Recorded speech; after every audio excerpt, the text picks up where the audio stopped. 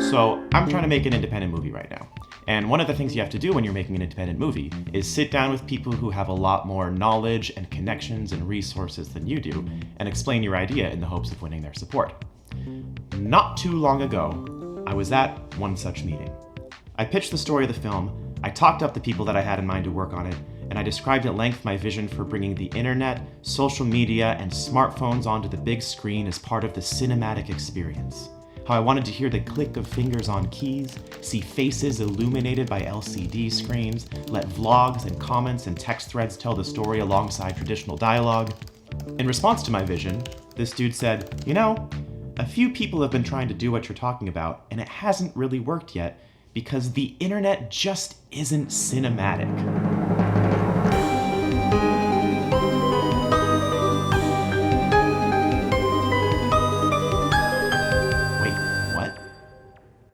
I'm of the fairly non-controversial opinion that the goal of cinema, like all art, is to reveal something about the human experience. So you can't really have cinema without depicting the way we really live our lives. And in the year of our Lord 2024, doing dumb shit on the internet is the way we really live our lives.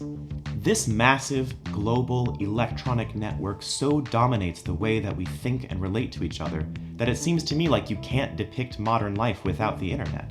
Not just as a plot device, but as an aesthetic element and as a lens through which characters and audiences experience a story. Hello, my name is Kevin Y. I'm a writer, musician, and filmmaker living on a small island off the coast of New Jersey, and in today's video essay, I will set out to prove once and for all that the internet not only can be cinematic, but fundamentally is cinematic.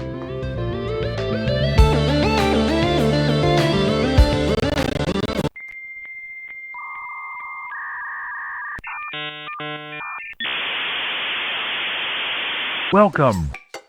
So obviously that statement bothered me, otherwise I wouldn't be making an entire video essay on the topic. But before I lay out my whole argument, I have to admit that the dude kinda had a point. Because usually when people think of the word cinematic, they think of something like this.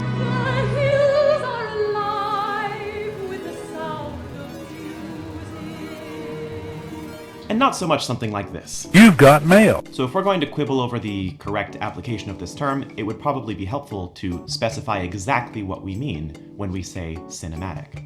And to do that, we need to travel back to the year 1895. The year that a French inventor named Louis Lumière, which incidentally is one of the best names in all of history. And I say one of the best and not the best because my cat is called Juno and it suits her fine, so let's have Juno as the best name. Unveiled his newest invention to the public, the cinematograph. Cinematograph is not only the source of the English word cinema, it's also a completely made-up word! He just made it up! And he made it up by bizarrely combining a Greek root with a Latin root, which, fine, I guess if your name is Louis Lumière, you can do whatever you want. But he made up this word, which basically means a record of movement, in the same way that a photograph is a record of light. And so a work of cinema is, at its most basic, a moving image. When something is cinematic, I think that means it is particularly good at exploiting the unique opportunities presented by the art form of the moving image. Any piece of film or video that creates an effect that could not have been achieved by a novel or a play or a still image is cinematic. The more cinematic something is, the better it is at embracing the unique features of the art form. So something like this is absolutely cinematic. But so is this. And so is this. In fact, over time, the scope of what I would consider cinematic has steadily expanded as the technology for capturing a moving image has evolved. At some point in the 90s, it became commonplace for families to own digital camcorders, and this new type of moving image developed its own set of associations. So this sequence, which only has meaning because most of us know what it feels like to look back on footage that you recorded yourself, is incredibly cinematic, despite the simplistic camera techniques. No other medium could capture this particular frequency of nostalgia. There's another way to think about the word cinema, though. While the cinematograph was the device, the shortened form of the word cinema came to refer to the building which housed the cinematograph, what Americans call a movie theater. The word took on new significance in the 1940s, when TV sets started to become commonplace household items around Europe and North America. Suddenly, there were two different venues for experiencing a moving image. The cinema and the whatever room you put your TV in at home. The big screen and the small screen. TV shows were usually produced faster, more simply, and for less money than films for the cinema. And they were also consumed differently. Most TV shows are light entertainment that can be enjoyed between household tasks or at the end of an exhausting workday. Going to the cinema, on the other hand, is an entire event. It involves leaving your house, sitting quietly in a dark room, usually surrounded by strangers. The art form demands a certain level of attention, and audiences in turn expect a certain level of thoughtfulness and ambition. This doesn't mean that film is always more cinematic than TV. After all, sometimes film looks like this, The Railway Cat. and sometimes TV looks like this. But in this context, the word cinematic could be taken to mean something that is worthy of the cinematic experience. Regardless of where and how it was presented, is it something I would be willing to leave my house and sit in a dark room with strangers to see? These two different ways of thinking through the meaning of the word cinema are really pointing towards the same thing. If something is cinematic, it is worthy of the big screen and worthy of its place in the grand, beautiful tradition of filmmaking. With certain movies, it's obvious why they're worthy of the big screen. Take The Little Mermaid, for example. Every single frame of this movie is gorgeous to look at. The animation techniques were cutting edge for their time, and it's impossible not to get lost in its sweeping romantic story. But the cinematic canon is full of work that is much less pretty and polished, but just as evocative and just as uniquely suited to the medium of the moving image. We could look at the animation work of Bill Plympton, who deliberately uses rudimentary technology to bring his grotesque visions to life. Or a film like Young Adult, where the camera lingers on moments of discomfort to draw the audience intimately into the world of the main character. Or we could look at the entire fake documentary genre, where filmmakers can achieve stunning visions by working with a deliberately limited toolset. In the Blair Witch Project, for example, the sometimes incomplete footage and patchwork sound design caused the audience to invest more in piecing together the story for themselves. To me, the thing that makes a work of cinema great is not how beautiful it is to look at, it's how effectively it sparks the audience's imagination. And I believe there is so much powerful cinematic potential built into the internet because the internet is, in a sense, already imaginary.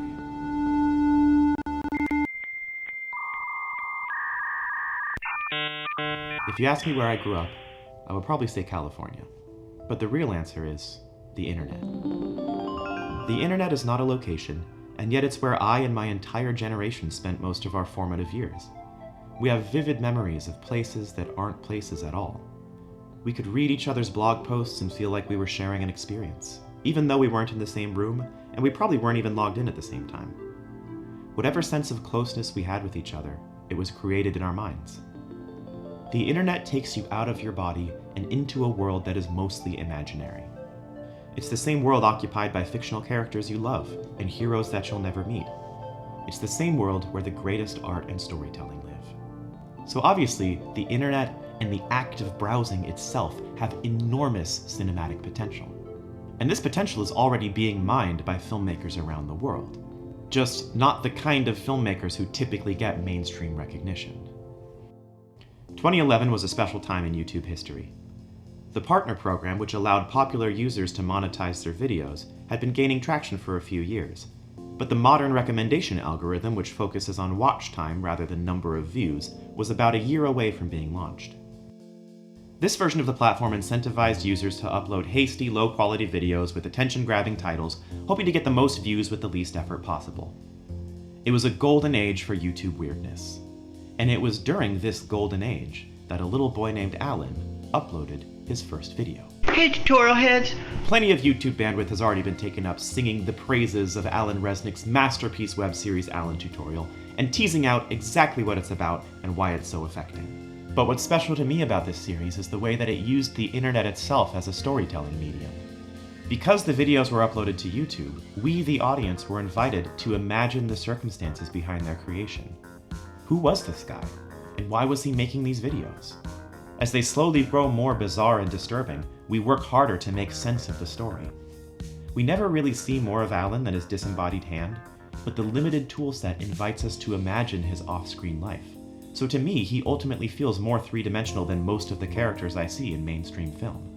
A similar effect was created a few years later in Tony Domenico's web series about a fictional video game, Petscop. Again, there are plenty of videos to watch if you want someone to break down the story for you. But what blows me away about the series is how something that looks so rudimentary manages to be so engrossing. The graphics are dated and pixelated, and yet all of this texture helps imbue Petscop with its impeccable tone, equal parts nostalgic and horrifying. The limited cinematographic techniques also lend Petscop a level of naturalism and believability that traditional filmmaking rarely achieves. Just a few weeks ago, I was lucky enough to attend the very first public screening of Petscop in an actual movie theater. It was pretty incredible to see this esoteric little piece of internet weirdness presented in this format, putting it in conversation with the mainstream filmmaking world. There were tons of moments that were striking to watch on the big screen, but one that really stuck out to me was this one, where our protagonist Paul sees something strange and disturbing and reacts with, I don't know, maybe that's just something that it puts in any room. Which is honestly probably exactly what I would say in the same circumstances. A more traditional filmmaking approach might take a moment like this and demand a highly emotional performance from an actor, frame them in a way that emphasizes their shock and terror, and maybe even use music to play up the tension of the moment. Something like, Damn you! God damn you all to hell! Petscop is definitely not cinematic in the same way that Planet of the Apes is. But if we judge a piece of filmmaking by its ability to draw an audience into a story in a way that is completely unique to the medium of cinema, then it really doesn't get any better than, I don't know, maybe that's just something that it puts in any room. And I don't think I'm the only one who feels that way. It makes sense to me that aesthetic innovators like Alan Resnick and Tony Domenico would find their homes in the DIY space of YouTube rather than in mainstream media. These days, Hollywood film execs tend to be pretty risk-averse, so the only place that something this new and imaginative really has a chance is online. But luckily, over time, great ideas have a way of filtering out into the wider world.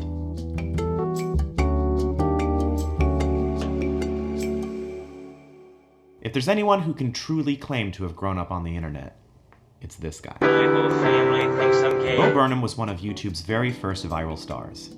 He's also part of the first generation of public figures to have their unpolished, independent, early work preserved forever, accessible to all through the magic of the internet. And he may have some feelings about that.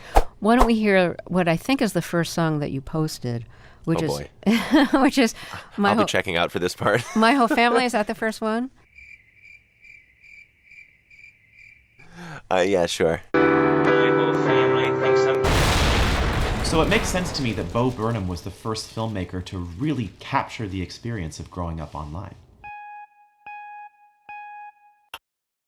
Hey guys, Kayla back here with another video. Eighth Grade, Bo Burnham's debut film as a director, was a revelation for a lot of reasons. For the impressive work of its first-time director, for the powerful performance from its previously unknown lead actress, but especially because it showed just how beautiful and, dare I say, cinematic the internet can be. Throughout the film, we are brought deeper and deeper into Kayla's experience, and a lot of that is achieved through her relationship with technology. The film depicts her scrolling and posting online, but more importantly, it depicts the sensory experience of doing so. We see the light of an unseen laptop playing across her skin. We see the shattered glass screen that her thumb runs across. The whole movie is overflowing with texture. Like, look at this shot. You can even see the little boxy outlines around each pixel. And there's also my favorite moment of the film, when the SpongeBob figurine from early on is revealed to be a USB stick. Those of us who spent any time on the internet know that it is a portal into anything and everything all of the time. So even a shot as simple as this is imbued with a sense of grandeur and possibility. This is a 13-year-old staring into the infinite. This is the sensory world that we are all living in today. This is cinema. There are also a few movies that have gone even farther in incorporating technology into their aesthetic. Anish Chaganty's debut film, Searching, is a thriller that takes place entirely on computer screens. The only real-time footage we see of the characters is what shows up in FaceTime calls. The screen is otherwise filled with emails, texts, social media pages, and other digital artifacts. One of the beauties of this filmmaking approach is how clearly it frames the story in time. Most movies put a certain amount of effort into conforming to whatever historical period they're set in, but in Searching, the screen is flooded with information that situates the story on an exact set of days. We see news articles, upload dates, and even the virtually unrecognizable 2018 version of Reddit. Searching is a movie that eschews the typical techniques of the thriller genre. There are no shaky cam action sequences, no tracking shots, no close-up reaction shots. Instead, the movie builds suspense by methodically revealing just enough information to keep the audience engaged, and immersing us fully in the main character's pursuit of that information. I'm generally not somebody who's into the thriller genre. I feel like I'm pretty thrilled in my day-to-day life, so if anything, I'm looking for movies that are gonna just help calm me down a little bit. So maybe I'm not the best person to opine on this issue, but I actually think Searching is one of the more effective films I've seen in this genre. And I think the reason for that is that it's so relatable. If I ever had a family member go missing, I probably wouldn't be kicking down anybody's apartment door. I would be opening their laptop and searching like crazy for digital footprints.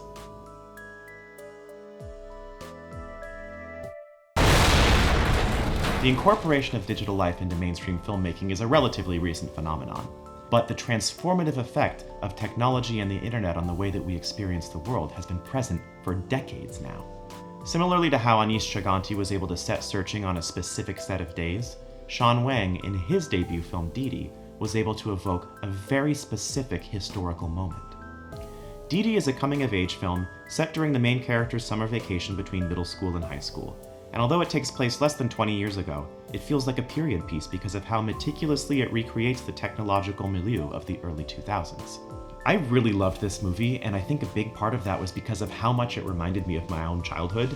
I actually grew up just a few towns over and just a few years earlier than the setting of Dìdi. I was blown away by how accurately this film captured the specific way we all used to chat with each other on AIM, comment on each other's MySpace pages, and text using the actual buttons of our phones. The movie is also full of little sensory details that immerse the audience in the time period. I actually remember pulling these same glow-in-the-dark stars off my older sister's ceiling when she was getting ready to leave for college. I remember these little rubber bracelets that we all wore for some reason. These details don't usually further the plot, but they bring the world of the story to life, which, in a movie like Dìdi, is even more important. They have the same effect on me as the detailed recreation of early 2000s internet life. And the most cinematic moments in Dìdi are the moments that bring tactile experiences and internet life together into a single shot. Early social media was so central to my teenage years that I feel like it would be impossible to evoke this time period without it. That would be like making American Graffiti without cars, or Dazed and Confused without weed. With all of these stunning examples, and probably many more out there that I haven't seen yet, it is truly baffling to me that there are still people, and it's not just this dude, by the way, I've heard this from a lot of different people, who think that the internet isn't cinematic.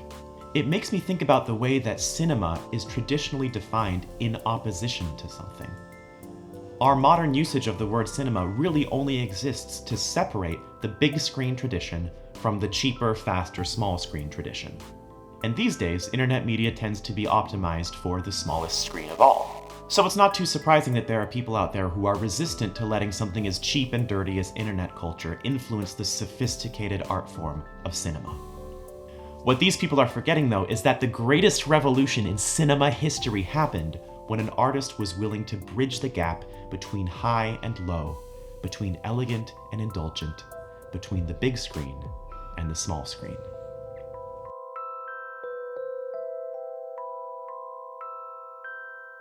In the mid-1950s, when the generation of directors who would come to be known as New Hollywood were kids, one of the most beloved TV shows in America was Flash Gordon.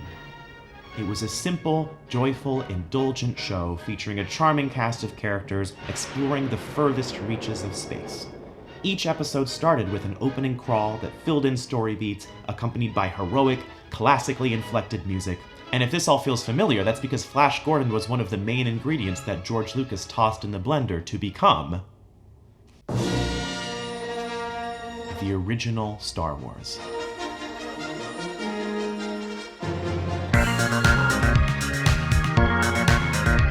These days, Star Wars is such an iconic known quantity that it's difficult to appreciate how it would have looked to its earliest audiences, who saw it before Star Wars was even a thing. In 1979, it would have been easier to pick out the influences of Flash Gordon, Buck Rogers, and other Saturday morning serials. In this context, Star Wars starts to look like an elegant, elevated pastiche of all the stuff George Lucas grew up watching. It's as if the entire premise of the movie was, what if those dumb shows you loved when you were a kid were actually as cool and epic as you remember them being? I probably don't need to tell you that Star Wars was a big hit, and that it revolutionized the world of special effects, and that people love these movies so much that I guess they're just going to continue making them forever and ever until the inevitable heat death of the universe. But the important part is that to this day, Star Wars is a remarkable, influential film, and it only exists because George Lucas looked at a small screen and saw something that he thought was worthy of the big screen. Every day of my life, I spend an embarrassing number of hours looking into my own small screen.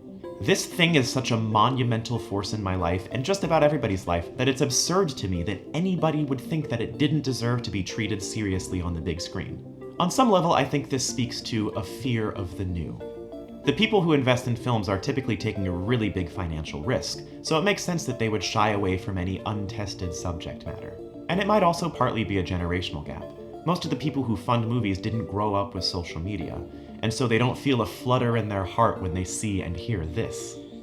But one of the many gifts the internet has given us is an entirely new visual language for expressing the human experience.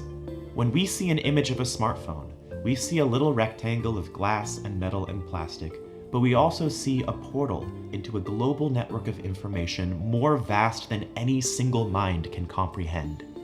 We see someone who has access to the entire world, at its strangest, at its most beautiful, at its most terrifying. A simple image, but a universe of possibility. That is great cinema.